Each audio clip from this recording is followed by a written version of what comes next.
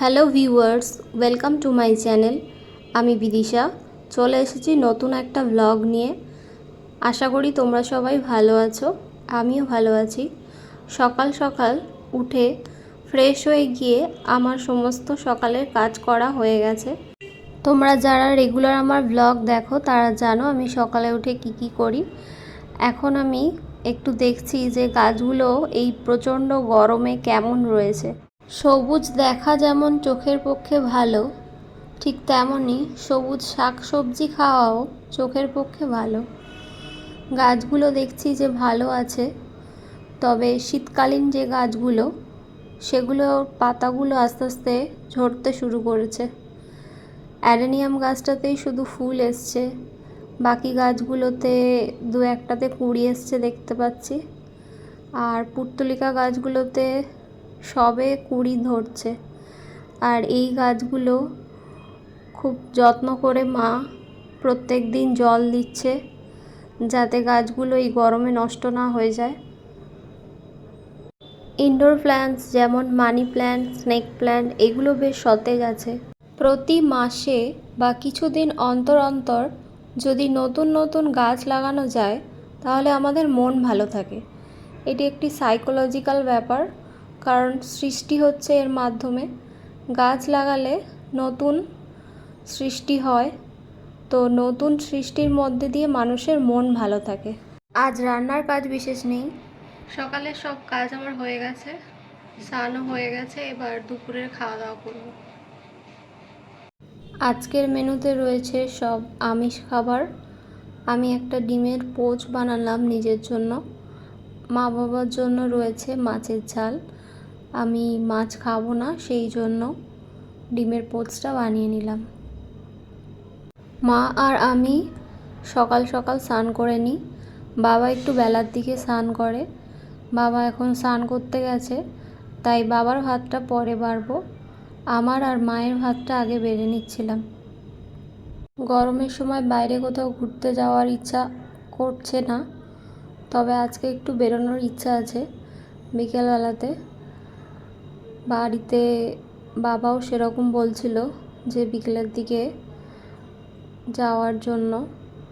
তো কোথায় যাচ্ছি আমরা সেটা দেখতে হলে পুরো ভিডিওটা শেষ পর্যন্ত দেখতে থাকবে, তাহলে তোমরা জানতে পারবে যে কোথায় যাচ্ছিলাম আমরা বিকেলে।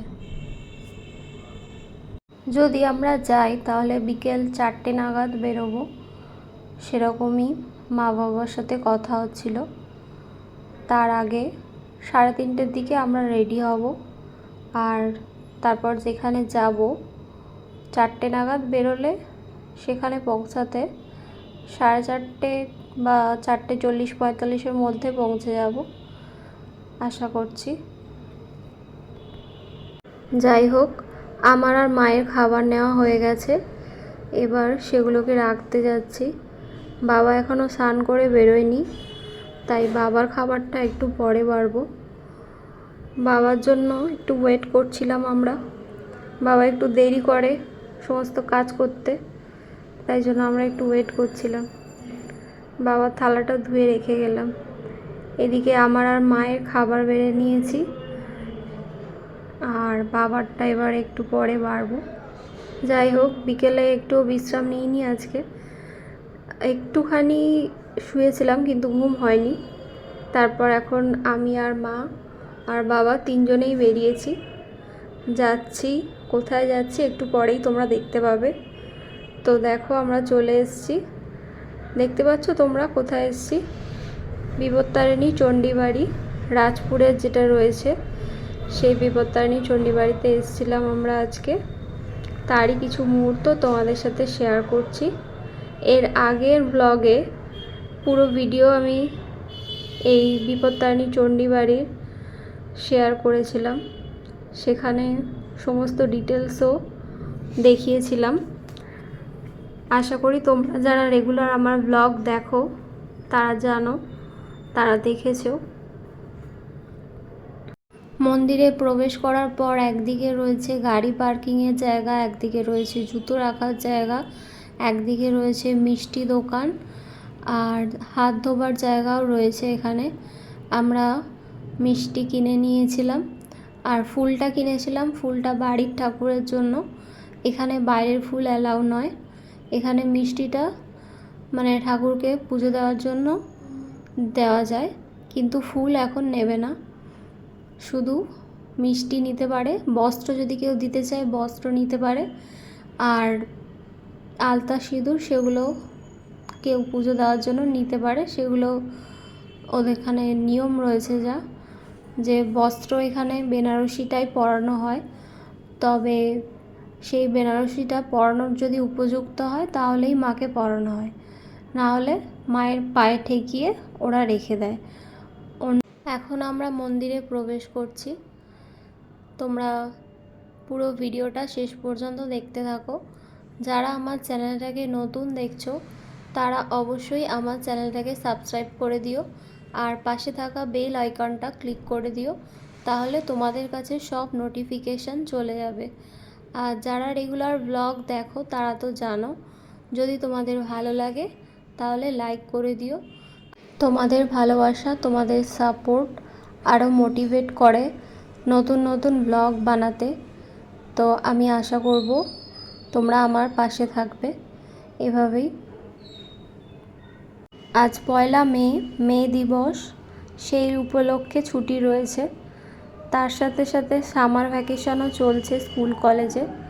আমরা যখন গিয়েছিলাম মন্দিরে তখন ভিড় খুবই কম ছিল, তবে শেষের দিকে একটু ভিড় হচ্ছিল।